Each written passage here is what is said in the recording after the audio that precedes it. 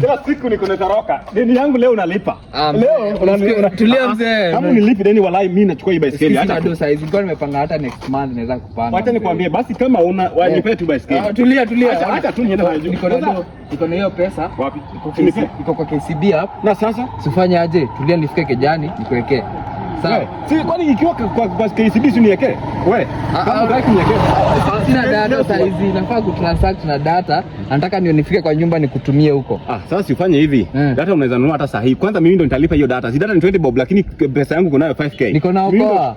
Hata kama ukiona kama but first fanya hivi. Unaona hii till hapa. Hii 85 09 8400. Hii au ukituma pesa hata 20 bob inakuleta data automatically. Hata mimi I was shocked. Hiyo inakuleta automatically. Sasa hizo kama hizo offers kama ya 55 until midnight inakuletea immediately. Hizo minutes SMS zote fanya hivi saa hii. Tuma 20 bob. In fact mimi nitakurudishia 20 hiyo 20 bob utakata. Nitumie hiyo pesa. Hapo sasa mzee si umenishika. Mimi sikuwa na hiyo. Nilipe. Basi sikuwa na hiyo pesa wala. Hauko nayo. Umenishika. Hata unaonekana na kupea hata gist update. Hapo umenishika. Toka basi, toka. Yeah. Hii sitaki mchezo saa hii.